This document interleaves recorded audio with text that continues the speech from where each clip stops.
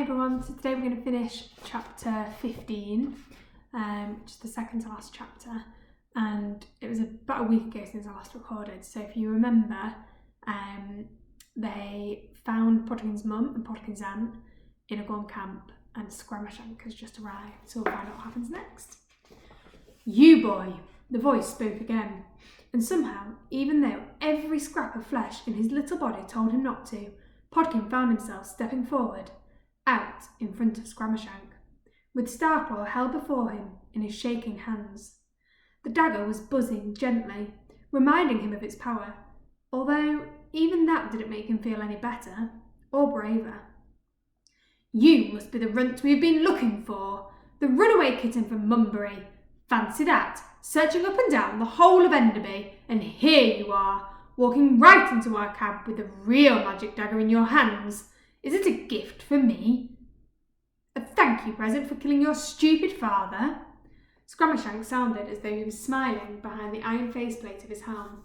The kind of smile that used all your teeth and made your eyes look as though they were about to pop out of your head.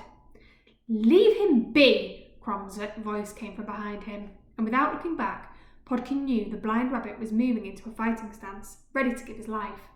Pick a fight with me if you've got the whiskers. Scramashank turned his head slightly, and in that instant Podkin knew he would kill Crom without so much as a blink.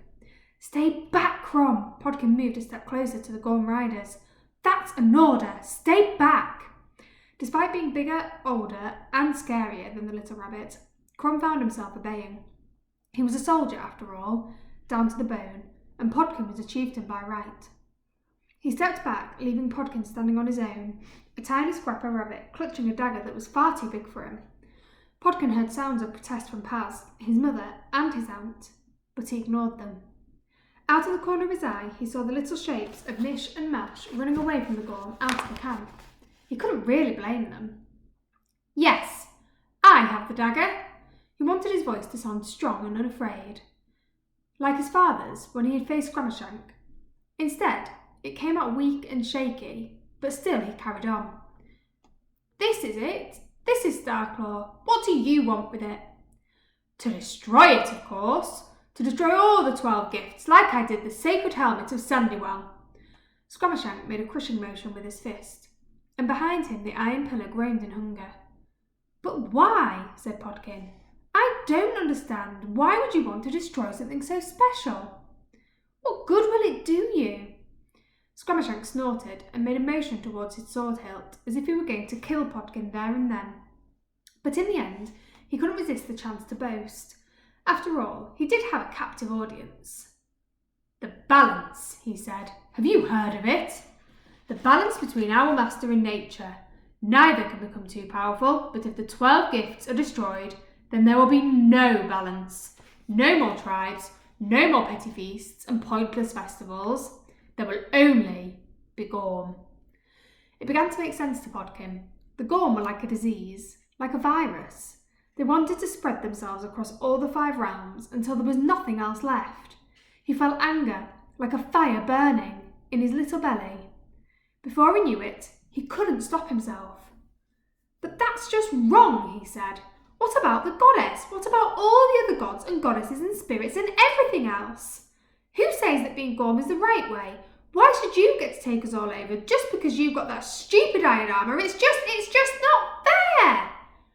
Scramashank sat atop his mount and stared down at Podkin for a heartbeat, then 2. The little rabbit thought, for one hopeful instant, that his words might have pierced through the iron armour controlling whoever was inside. Could the chieftain or the rabbit he was before still be alive in there somewhere? Could he be listening, fighting against the poison in his mind, and trying to return? There's a picture of Scramashank and Podkin. Scramashank looks very scary. But when Scramashank spoke again, his voice was as cold and heartless as before. You rabbits don't understand the glory and strength of the Gorm. How could you? I used to be a pathetic, timid failure of a chieftain, always doubting myself, always scared of making the wrong decision, walking around with that oversized copper pot on my head like a fool. Now I have no doubts, no weaknesses, no fear. All I have is power and purpose. You puny things of flesh and fur don't understand. This entire world belongs to Gormalek. He was cheated of it, but he will have it back. It will be washed clean for him in a tide of blood and iron, along with all your tribe's gods and goddesses." As though in response to his words, the metal pillar howled. Podkin clearly saw spikes and jagged hooks pushing up from beneath its surface. The Gorm around him writhed on their saddles, some of them cackling and whooping with joy. These things could never be reasoned with. They were pure evil, lost to all sense and blind to everything that was good in the world. That was when Podkin snapped. Never mind that. He wasn't even half the Gorm Lord's size. Never mind that his magic weapon was totally useless against him. He pulled himself up as tall as he could and shouted at the top of his voice, "Fight me then, Scramashank, and you'll see just what real rabbits are made of. Or run me down with your stupid iron monster. I don't care. I am Podkin, son of Lotkin, chieftain of Mumbury Warren, and you are nothing but a fat, stinking coward." With the fiercest roar he could manage, he launched himself at Scramashank's mount and began whacking his dagger against its head armour, just below the thing's left eye. Clang, clang, clang! Scramashank stared down at him, bemused. "Your knife doesn't cut through iron, idiot," he said. "You won't be able to kill my beast like that." Podkin ignored him and kept on striking. "I'm not trying to kill it. Clang! I'm just clang, showing clang where my friend where to throw clang his spear." There was a whistling sound, followed by a wet, squidgy thunk. 1 second the beast was glaring down at the frenzied Podkin below. The next there was a 2-metre-long ash spear jutting out of its eye socket. With a strangled yelp, it collapsed to the floor, sending Scramashank toppling into the snow. There was a cheer from Podkin's family and the prisoners behind them, which was quickly cut off by the other Gorm raising their own spears. That and the horrible sight of Scramashank rising slowly, unstoppably to his feet again, his red eyes flashing. The Gorm Lord came striding around the body of his dead mount. In his hands was his huge broadsword, and he looked more terrifying and murderous than any rabbit ever has before or since. "Oh, Whiskers," Podkin thought. "What shall I do now?" In his imagination, Scramashank should have been trapped underneath the iron beast, and then they could somehow all have run away. He'd never thought he'd actually have to fight the monster. "Remember," a voice rang in his head. It sounded a lot like his father, that gentle, lecturing voice he used to use when he was trying to tell Podkin how to be a good chieftain. "Remember what Gorm taught you. You can't cut his armour, but you can block a little, and you're much smaller and faster. Now quick, duck, roll and jump." Podkin didn't need to be told twice. With a yelp, he dived right between the legs of Scramashank and rolled out the other side, ducking low as the Gorm Lord swung his sword around behind him. Armour clanked and Scramashank spun to face Podkin. Pod flipped backwards out of reach and the sword thudded to the ground. "You can't jump around forever, rat maggot!" Scramashank sounded almost amused, sure of his eventual victory. "Soon you will get tired and then I will peel you like a parsnip." "Not yet you won't!" Podkin dashed left and right. He hopped and sidestepped and feinted, all the while keeping just out of reach of the deadly sword blade. From the corner of his eye, he could see Crom and Paz hefting their weapons, ready to jump in and come to his aid. "Boots!" That voice again, only this time more urgent. He rolled under a particularly low sword swipe, wondering what his mind was telling him. Boots? What about them? And then it came to him. Scramashank's boots weren't iron. They were leather, big black leather boots. That meant Starclaw could. He just happened to be standing between the Gorm Lord's legs. Without a second thought, he swung the dagger sideways, aiming for the spot above Scramashank's ankle. It swished through it as if it were nothing more than a blade of grass. There was a roar of agony somewhere above his head, and something splattered all over the snow, crimson on white. Podkin smelled a hot iron stink and heard the hiss of rapidly melting ice. Blood, he thought. And then Scramashank collapsed in a heap, clutching his leg and screaming so loud it hurt Podkin's ears. For the first time, he sounded like a real animal. The little rabbit looked up to see the rest of the Gorm riders turning towards him, spears raised. "This is it," he thought. "I'm going to be skewered like a hedgehog." But instead there was an explosion from the direction of the iron pillar, a flower of orange light, and a roar that drowned out Scramashank's howls. It was followed by another and another. The glare made Podkin's eyes water and the noise rang in his ears. For a moment he thought the world itself was ending, and then he saw Mish and Mash running amongst the Gorm, waving lit torches and shouting. Of course, Podkin realised. Bang dust. Their plan was to blow up the Gorm camp. His friends weren't fleeing, they were setting up bombs. The effect on the Gorm mounts was dramatic. With their riders clinging on for dear life, they turned and stampeded across the camp, crashing into each other with great clangs of iron. Well done, little one. Crom was beside him, one big paw on his shoulder, and his sword drawn. But we are not safe yet. Wait! Mish was pointing out of the camp, in the direction of the hill where they had left Bridget and Pook. What's that?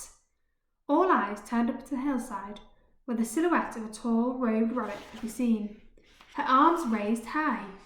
Bridget! As they watched, a bank of rolling mist swept up behind her like a cresting wave, and then crashed onto the hillside, flowing up and over the camp walls and covering everything within. Podkin and the others stood transfixed as the fog washed over them. It was cool and sweet, and Pod could smell fresh pine sap, spring leaves and summer dew, all mixed into one. But the Gorm weren't so keen. As soon as the mist touched them, they fell to the ground, choking, gasping and clutching at their throats. Their already terrified beasts toppled over, trampling and crushing them into the snow. Podkin looked across to where the iron pillar now stood, now lopsided after Mish and Mash's blasts of bang dust. He thought he saw it writhing and twisting. As the fog continued to wash over them, he might have seen the soil around the pillar burst open, with bright green roots and brambles that reached up their thick, hungry tendrils to wrap it and drag it down under the wet, dark earth. Whatever actually happened, when the mist cleared a little, the horrid thing had gone, leaving nothing but a scar on the ground. And then Paz was shaking him, shouting in his face, Podkin, you were amazing! Just like a real chieftain! She grabbed him in a quick, fierce hug, and then there was a blur of everything happening at once. The prisoners were properly awake now, all running for the camp gates with Mish and Mash trying to herd them in the right direction. Crom had Podkin's mother under one arm, his aunt under the other. At some point, Bridget and Pook had come down from the hill. There they were, holding hands with Mish and running along with everyone else. Someone had brought over the wagon tethered to the mangy rat, and they were loading it with prisoners too sick to walk.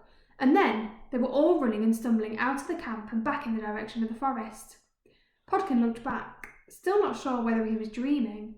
Scramashank had stopped moving, passed out cold. The body of his iron beast was nearby, and on the ground in front of Pod, his boot, complete with foot inside. I should probably take that with me, Podkin thought, half in a daze. Might be lucky. Did I really do that? He managed to say. You did, little brother. Podkin looked up to see Paz gazing back at him proudly. It was the first time he could remember her looking at him like that. Don't let it go to your head, though, she added. You're still an annoying little weasel brain. His mother, safe. His father, avenged. A new home waiting for them all in the forest. Podkin's feet were as light as moonbeams, and his grin as bright as starlight, as he sheathed his magic dagger and ran south with his sister beside him, both of them faster than the wind. And later on this week, we'll read chapter 16, which is the last chapter of this book, but we have got the second book ready to go.